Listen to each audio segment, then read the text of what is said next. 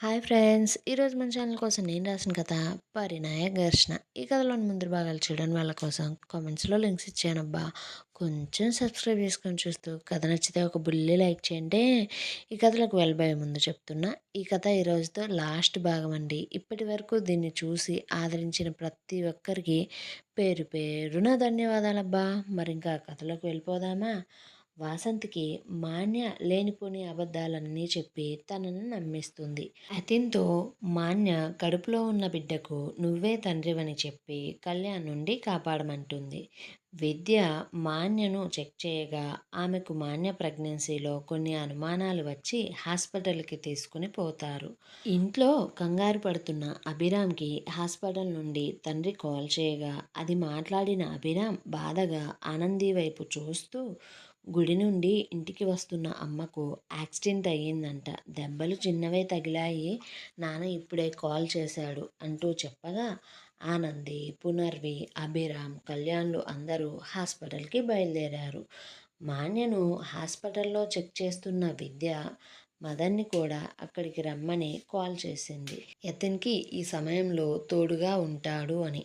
వాసంతి దగ్గరున్న వర్ధన్ ఆమెను చూస్తూ అసలు ఏమైంది వాసంతి నీకు? ఎందుకంత పరధ్యానంగా రోడ్డు దాటావు?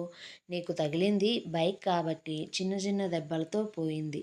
అదే ఏ కారో లారీలో అయితే పరిస్థితి ఏంటి? అయినా రోడ్డు చూడకుండా అంతగా ఏం ఆలోచిస్తున్నావు నువ్వు? నువ్వు కారు తీసుకొని పోకుండా గుడి దగ్గరే 4 అడుగులు వేస్తే వస్తుంది అంటూ కారు వద్దన్నావు. అదే కారులో పోయి ఉంటే ఇప్పుడు ఇలా కాకుండా ఉండేది కదా అంటుంటే వాసంతికి వర్ధన్ మాటలు అస్సలు చెవికి ఎక్కడం లేదు. ఇప్పటికీ ఆమె కూతురి జీవితం గురించి మాన్య చెప్పిన విషయాలు ఆలోచిస్తూనే ఉంది. మదన్ హాస్పిటల్కి చేరేసరికే అతన్ కుర్చీలో కూర్చుని తల పట్టుకుని ఉన్నాడు. అతన్ని అలా చూసిన మదన్ అతని భుజం మీద చెయ్యి వేసిన వెంటనే అతన్ మదన్ వైపు తిరిగి చూస్తూ అరే నేనిప్పుడు ఏం చేయాలిరా అంటూ బాధపడుతుంటే ఇంతలో విద్య చాలా సంతోషంగా చెకప్కు సంబంధించిన అన్ని రిపోర్ట్స్ను తీసుకొని బయటికి వచ్చి అతన్ని చూస్తూ అన్న నువ్వు అస్సలు బాధపడకు అంటుంటే తన వెనకనే వచ్చిన మాన్య విషయం అర్థం కాక విద్యను చూస్తూ ఏంటి నేను ప్రెగ్నెంట్ని కాదా అంటూ అనుమానంగా అడగ్గా విద్య నవ్వుతూ నువ్వు ప్రెగ్నెంట్వే కానీ తల్లివి అస్సలు కాలేవు. ఎందుకంటే నీ ప్రెగ్నెన్సీ యాక్టోపిక్ ప్రెగ్నెన్సీ. అది విన్న ముగ్గురు వారికి విద్య మాటలు అర్థం కాక విద్య అసలు నువ్వు ఏం చెప్తున్నావు? ప్రెగ్నెంట్ అయ్యింది అంటున్నావు. మళ్ళీ నువ్వే అసలు తల్లి కాలేదు అంటున్నావు. నాకు కొంచెం వివరంగా చెప్పవా అంటుంటే విద్య మాన్యకు చేసిన స్కాన్ రిపోర్ట్లను చూపిస్తూ మాన్య కడుపులో పిండం ఏర్పడిందన్నా కానీ అది గర్భసంచిలో ఏర్పడకుండా పక్కనే ఉన్న పేగులో ఏర్పడింది. కాబట్టి అక్కడ ఆ పిండం అభివృద్ధి చెందదు. ఒకవేళ అభివృద్ధి చెందినా కూడా అది 3 నెలల దశకు వచ్చేసరికి మాన్య ప్రాణాలతోనే ఉండదు. ఎందుకంటే పిండం పేగులో పెరగడం వల్ల ఆ పేగు పిండం పెరుగుదలను తట్టుకోలేక పగిలిపోతుంది. దాంతో కడుపు లోపల ఇంటర్నల్ బ్లీడింగ్ అయ్యి అధిక శాతంలో కడుపు నొప్పి వచ్చి కడుపంతా ఇన్ఫెక్షన్ అయ్యి మాన్య కోమాలోకి వెళ్ళి ప్రాణాలు విడిచే ప్రమాదం ఉంది అంటూ వివరంగా విద్య చెప్పగా అది విన్న మదన్ మాన్య కుట్రలకు ఆ దేవుడు తగిన శిక్ష వేశాడు అంటూ అనుకోగా అతిన్ మాన్యనే చూస్తూ ఏమీ మాట్లాడలేకపోతూ ఉంటే మాన్య విద్య మాటలను నమ్మలేక నువ్వు అబద్ధం చెప్తున్నావు. అసలు ఇలా ఎక్కడైనా జరుగుతుందా? నేనైతే ఇంతవరకు వినలేదు. నువ్వు డాక్టర్ అయినంత మాత్రాన నీ నోటికి వచ్చినట్లు చెప్తే ఇక్కడ నమ్మేవాళ్ళు ఎవరూ లేరు అంటూ విద్యతో గొడవ పెట్టుకొని ఆమె చేతిలో ఉన్న రిపోర్ట్స్ను తీసుకొని మాన్య చూస్తూ ఉంటే విద్య మాన్య పరిస్థితిని అర్థం చేసుకుని ఇలా చూడు మాన్య ఇలా జరగడం చాలా అరుదు. 1000లో ఒక్కరికి జరుగుతుంది. అంతెందుకు ఈ కథ రాస్తున్న మన రైటర్కి 2016లోనే పాప పుట్టినప్పుడే పిల్లలు పుట్టకుండా ఆపరేషన్ కూడా చేయించుకుంది. కానీ 2024 జనవరి 1 నుండి విపరీతమైన కడుపు నొప్పి వస్తుంటే పెద్దగా పట్టించుకోలేదు. చివరకు జనవరి 6న కడుపు నొప్పితో అస్సలు నడవలేని స్థితిలో హాస్పిటల్‌కి వెళ్ళి చూపించుకుంటే పేగులో గర్భం నిలిచింది అని, అందులోనూ కవలలని ఆ పేగు పగిలి కడుపులో ఇంటర్నల్ బ్లీడ్ అయ్యి అప్పటికే కొన్ని గంటలు దాటిందని, 2 గంటలలోపు ఆపరేషన్ చేయకపోతే చనిపోతుందని చెప్పి అప్పటికప్పుడే ఆపరేషన్ చేయించుకుంది. అప్పుడు మన రైటర్ 'నీకై నా మనసు' స్టోరీ రాస్తుంది. ఇలా ఆపరేషన్ చేయించుకున్నానని ఒక వీడియో కూడా పెట్టింది. ఇప్పుడు నీకు కూడా అదే సిచ్యువేషన్. నువ్వు ఏ బిడ్డను అడ్డు పెట్టుకొని బ్రతకాలి అని చూస్తున్నావో అదే బిడ్డ నీ ప్రాణాలను మరో 10, 20 రోజుల్లో తీసేస్తుంది. నీకు అనుమానంగా ఉంటే నువ్వు ఇప్పుడే ఈ రిపోర్ట్స్‌ని ఎంతమంది డాక్టర్స్‌కైనా చూపించుకో. వారు వెంటనే ఆపరేషన్ చేయించుకోమనే చెప్తారు. ఇక ఏం చేయాలి అనుకునేది నీ చేతిలోనే ఉంది. నీ ఇష్టం అంటూ విద్య పక్కకు తిరగ్గా అప్పుడే కంగారుగా హాస్పిటల్లోకి వస్తున్న కళ్యాణ్ వారిని చూసింది. దాంతో వెంటనే మదన్ అంటూ పిలిచి అతనికి అటు చూడు అంటూ సైగ చెయ్యగా మదన్ వారి వైపు చూస్తుంటే యతిన్ అసలు ఆ పరిసరాలతో సంబంధం లేకుండా విద్య మాటలు విన్న తర్వాత శూన్యంలోకి చూస్తూ గోడకు నిలబడిపోయి ఉన్నాడు. మాన్య తన రిపోర్ట్స్‌ని తీసుకుని సెకండ్ ఒపీనియన్ కోసం ఆ కారిడార్ చివర్లో ఉన్న మరొక గైనకాలజిస్ట్ రూమ్‌కి వెళ్ళింది. అయితే కళ్యాణ్ వాళ్ళు కంగారులో ఉండడం వల్ల వీరిని గమనించలేదు. వారు నేరుగా వాసంతి ఉన్న రూమ్ నంబర్ తెలుసుకొని అక్కడికి వెళ్ళగా వారిని ఒక కంట గమనించి వారి వెనకనే వెళ్ళిన మదన్, విద్య రూమ్ లోపలికి వెళ్ళకుండా బయటే ఉండి లోపల రూమ్‌లో ఏం జరుగుతుందో గమనిస్తున్నారు. రూమ్ లోపలికి వెళ్ళిన పునర్వి తల్లిని చూసి కంటతడి పెట్టుకుంటూ తల్లి దగ్గరకు వెళ్ళగా వాసంతి పునర్విని దగ్గరకు తీసుకుని గుండెలు పగిలే బాధను పంటి బిగువున భరిస్తూ ఎదురుగా ఉన్న వారిని చంపేలా చూస్తుంది. ఆ చూపును అర్థం చేసుకున్న వారు తల నేలకు దించి నిలబడగా అభిరామ్ వాసంతి పక్కకు వెళ్ళి ఆమెను ప్రేమగా పట్టుకొని పరామర్శిస్తుంటే వాసంతి ఎదురుగా ఉన్న వారి వైపు నుంచి చూపు అస్సలు తిప్పుకోకపోయేసరికి అభిరామ్ తల్లి మనసును అర్థం చేసుకొని అక్కడ ఏం జరుగుతుందో అనే భయంతో అక్క అమ్మకేమన్నా మంచిగా వండి తీసుకుని రావచ్చుగా ఇంటికి వెళ్ళి అంటూ చెబుతూ చూడు అమ్మ ఎంత నీరసంగా అయిపోయిందో అంటుంటే పునర్వి ఒక 5 నిమిషాలు అక్కడే గడిపి తండ్రిని తీసుకుని ఇంటికి పోయింది. వారు గది ఇలా దాటిన వెంటనే వాసంతి కోపంగా బెడ్ మీద నుండి దిగి ఎదురుగా ఉన్న వారి వైపు వచ్చి కళ్యాణ్, ఆనందిని లాగిపెట్టి కొట్టింది. కళ్యాణ్ ఆ దెబ్బకు నిలబడినా ఆనంది ఆ దెబ్బను భరించలేక పడబోతుండగా అభిరామ్ ఆమెను పట్టుకొని అమ్మా నువ్వసలు ఏం చేస్తున్నావు అంటుంటే ఆమె కోపంగా ఆ ఇద్దరి వైపు వేలు చూపిస్తూ మాన్య ఏ విషయమైతే చెప్పిందో అది అంతా అభిరామ్కి చెప్పి ఇంకో దెబ్బ కళ్యాణ్ని కొట్టబోతుండగా ఇంతలో బయట నుండి అది అంతా గమనిస్తున్న విద్య, మదన్ లోపలికి వచ్చి ఆంటీ అంటూ ఆమెను పిలిచి కొట్టడం ఆపగా వాసంతి వారిని అక్కడ చూసి మొదట షాక్ అయినా వెంటనే విద్య చెయ్యి పట్టి లాగి అభిరామ్ ముందు విద్యను నుంచోబెట్టి ఈమె పెద్ద గైనకాలజిస్ట్రా పునర్వికి పిల్లలు పుట్టడానికి ట్రీట్మెంట్ చేయిస్తున్నారు అంటుంటే విద్య ఆ చెయ్యిని వదిలించుకొని ఆంటీ మీరు మాన్య మాటలను అసలు ఎలా నమ్మారు అంటూ మదన్ వైపు చూడగా మదన్ బయటికి వెళ్ళి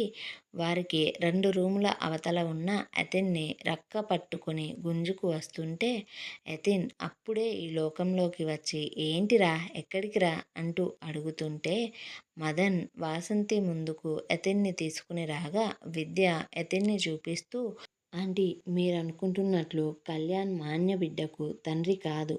అసలు తండ్రి మా అన్న అంటూ వారు అందరూ కలిసి మాన్య ఎలాంటిదో, అసలు ఆమె ఇండియాలో దిగిన దగ్గర నుండి ఇప్పటి వరకు ఎలాంటి పనులు చేసిందో చెప్పి పునర్వికి అలాంటి సిచ్యువేషన్ రావడానికి కారణం కూడా తనే అని కళ్యాణ్ రామ్ మీద పగ తీర్చుకోవడం కోసమే మాన్య తనతో ఇలాంటి అబద్ధాలు చెప్పింది అని ఒక్కొక్కరు వాసంతికి చెబుతూ ఉంటే వాసంతికి ముందు నమ్మాలి అనిపించకపోయినా వారి ప్రతి ఒక్కరి మాటల్లో ప్రతిదానికి సాక్ష్యం చూపిస్తూ కారణాన్ని వివరిస్తుంటే ఆమెకు నమ్మక తప్పడం లేదు.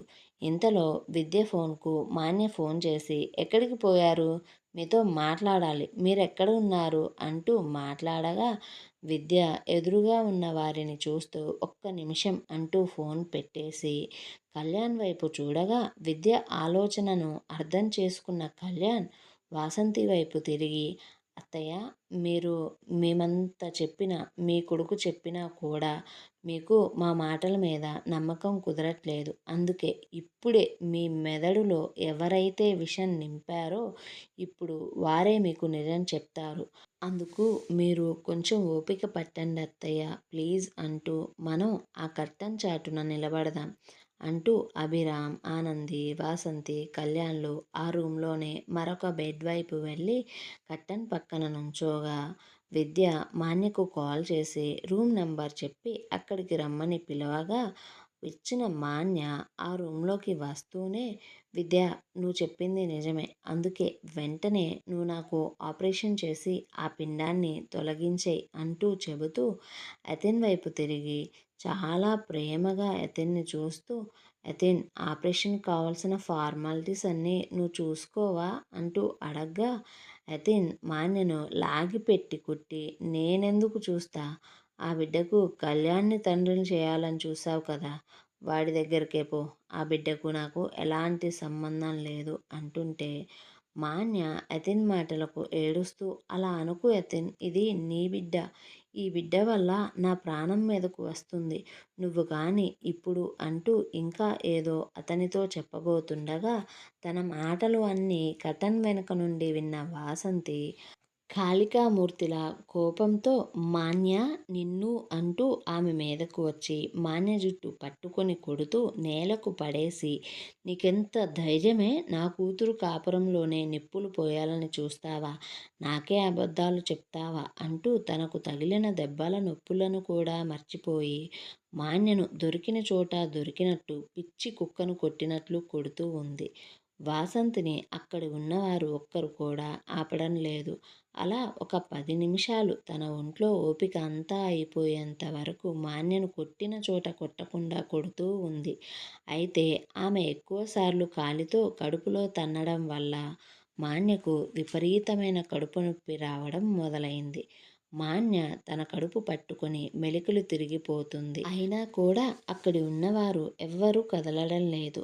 మాన్య నొప్పిని భరించలేక, ఆంటీ, నన్ను క్షమించండి అంటూ కొడుతున్న వాసంతి కాళ్ళను పట్టుకొని, ఏదో బుద్ధి తక్కువ అయింది ఆంటీ, ప్లీజ్ నన్ను వదిలేయండి అంటూ బ్రతిమలాడుతుంటే వాసంతి ఆ కాళ్ళను విదిలించుకొని అప్పటికే తనకు తగిలిన గాయాలకు తోడు ఇప్పటిదాకా కొట్టిన నొప్పులతో వాసంతికి నీరసం వచ్చి మాన్యను పట్టించుకోకుండా తన బెడ్ దగ్గరకు వెళ్ళి కూర్చోగా ఆనంది వాసంతి దగ్గరకు వెళ్ళి వాటర్ ఇస్తుంది. మాన్య ఆ కడుపు నొప్పిని భరించలేక నొప్పితో విద్య చెప్పినట్లు ఎక్కడ చనిపోతానో అనే భయంతో యతిన్, మదన్ విద్య వైపు చూడగా వారసలు ఆమెను పట్టించుకోవడం లేదు.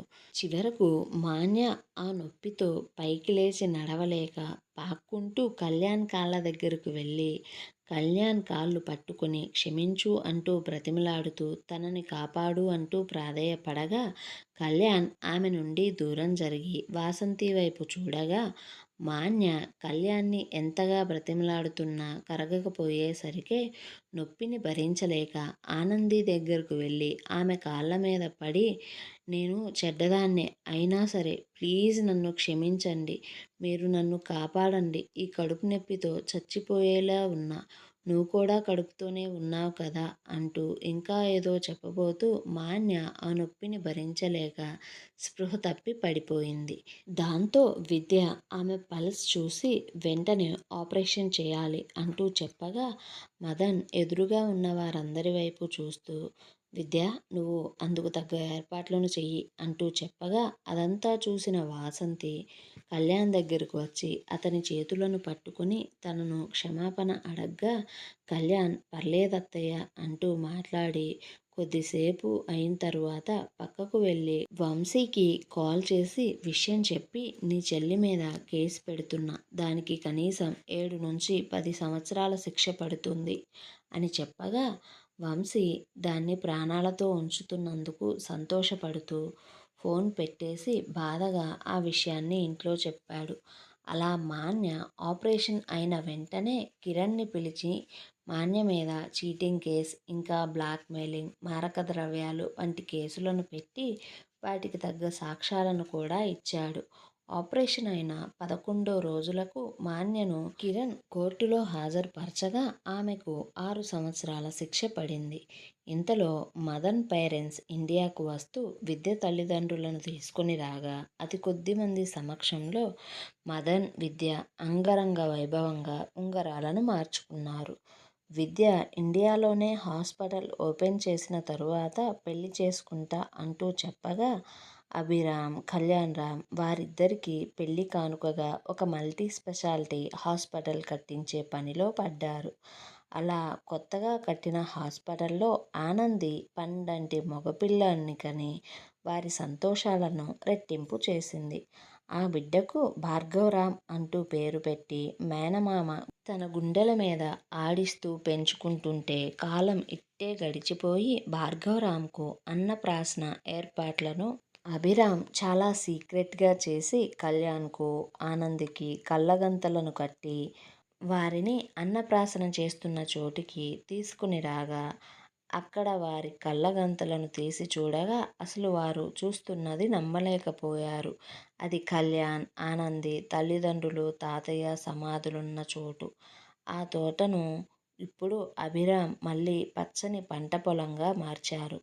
ఆ పచ్చని పచ్చదనాన్ని చూస్తూ ఆనంది సంతోషంగా అభిరామ్ని హత్తుకుని థాంక్స్ చెప్పగా కళ్యాణ్ కన్నుల వెంట ఆ తోట పూర్వ వైభవాన్ని చూసి కన్నీరు కారింది.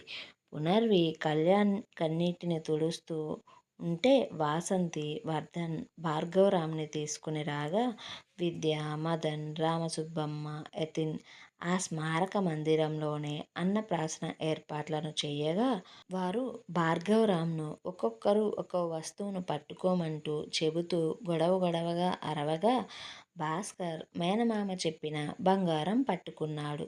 తనని ఒడిలో పెట్టుకుని పాయసం తినిపిస్తున్న కళ్యాణ్ ఏం కావాలరా అల్లుడా గిఫ్ట్గా, నేను చెప్పిన బంగారం పట్టుకొని నన్ను మొదటిసారిగా గెలిపించావు నువ్వు అంటుంటే భార్గవ్ మొదటిసారి తినడం వల్ల ఎక్కిళ్ళు పట్టడంతో పునర్వి వారికి కొద్ది దూరంలో ఉన్న నీరు తీసుకుని వస్తూ నీరసంగా అనిపించి ఆమె కింద పడబోగా అభిరామ్ ఆమెను పట్టుకోగా విద్య అనుమానం వచ్చి పునర్విని చెక్ చేసి సంతోషంగా కళ్యాణ్ ఈసారి గిఫ్ట్ భార్గవ్కి వాడి అత్తయ్య ఇస్తుంది, ఒక బుల్లి బేబీని తనతో ఆడుకోవడానికి. పునర్వి ఇప్పుడు ప్రెగ్నెంట్ అంటూ చెప్పగా అక్కడ ఉన్న వారందరూ సంతోషంతో మురిసిపోతుంటే కళ్యాణ్ ఆమెను ప్రేమగా గుండెలకు హత్తుకొని నుదిటిన ముద్దాడాడు.